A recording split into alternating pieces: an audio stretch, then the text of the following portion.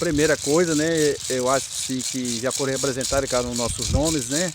Aqui é onde está o meus primos, um dos dois primos mais velhos é os que resta dos mais velhos, né? E dos 14 irmãos dos filhos de Marimira só resta o Pedro aqui, né? PP. O nome tudo é PP, né? Aqui nós morávamos em 4 alqueires de terra e pagava imposto.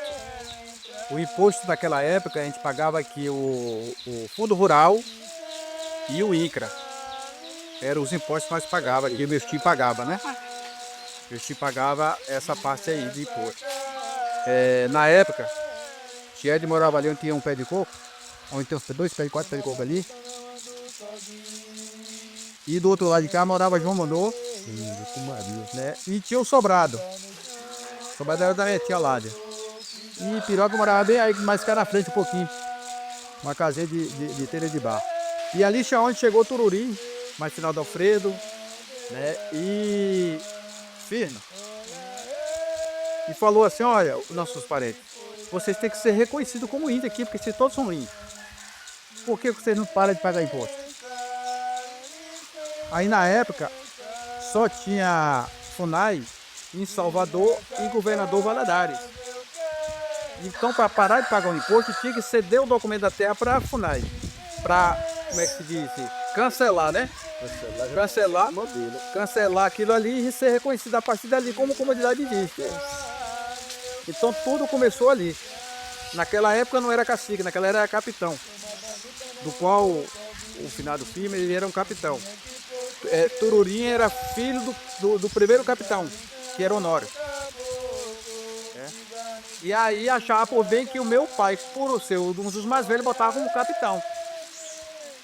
Pai ele nem sabia o que era capitão. Mas falou assim, eu vou ficar só uns 3 e pouco aí, e daí a pouco eu não deixar esse negócio aí que eu não quero ser capitão. Aí é onde foi nasceu o cacique Pedro. Aí nasceu aquele cacique ali, eu naquela época estava muito novo, já era vice de Pedro. Então quer dizer, ali começou a criação toda do reconhecimento de Águas Belas. Daí foi que nasceu a conquista, né, da demarcação da aldeia. Até ali nós só era reconhecido como o povo dos Emília e pagava imposto. Mas a partir daquela hora, daquele dia, a gente já começou a ser reconhecido e brigar pela demarcação do nosso território. Nós brigava aqui por 4.800 hectares de terra, do qual Bastião, meu pai, foram para Salvador naquela época para dar os primeiros reconhecimentos ou reivindicação pela terra. Naquela época a gente ia no que chamava pau de arara. O que era o pau de arara? Subir nas costas de um caminhão e ir. 10, 15, 20 pessoas e ia. E foram vários marcados, várias reuniões, várias audiências, vamos dizer, né? O presidente for atender nós era da meia-noite. E aí ele só atendeu Águas Belas. Só quem entrou foi só Águas Belas, porque ele já estava já desgastado do dia, né? Durante o dia. Ele só atendeu Águas Belas. Foi aonde a liderança de Águas Belas naquela época. Pode pegar os primeiros documentos da terra de Águas Belas, que você vai ver lá o dedo dele, a digital dele. Naquela época ele não assinava. Né?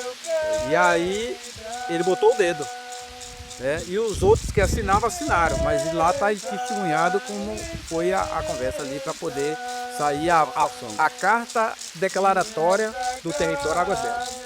Ali foi poucas conversas, né? Porque eu queria reivindicava 4.800 e ele dizia que só demarcava 1.200. Aí ele queria que isso aqui podia ser uma colônia indígena. Eu não aceitei. E ele disse, então você quer que seja terra indígena? Eu falei, quero que seja terra indígena. E aí foi aonde que foi feito um acordo e assinamos como terra indígena. A única conversa que a gente bateu esse papo, foi fazer um acordo, porque aqui só tinha 14 famílias. Então ele que achou, ele falava nas palavras dele que eu não tinha nem noção o que era 4.800 hectares de terra. Tanto se hoje a documentação de Águas Belas diz que se a gente quiser brigar por uma ampliação do território, pode brigar. Só que aí, o restante da área, por exemplo, vamos dizer, 800 hectares, se encontrava na mão do sem terra, na posse do sem terra. Né?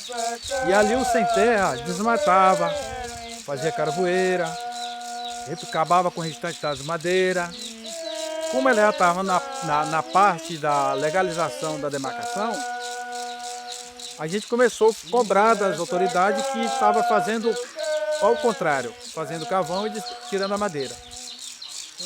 Fizemos uma reunião e convidamos outros parentes das outras comunidades e fomos para cima para mostrar para o povo que nós não queríamos desmatar, nós queríamos preservar. Então, da partida daquela ali, né, foi que a gente já teve o nosso espaço, o nosso território, que estamos aí morando até hoje. Mas naquela época aqui nós só tinha 14 famílias. Era 14 famílias só que tinha aqui. Hoje nós temos 114, 115, 120 famílias. Mas naquela época só tinha 14 famílias. Inclusive essas famílias todas ou era do Goivado ou era de Marimilha. Então foi aí que foi, né, toda luta nossa pela demarcação. E essa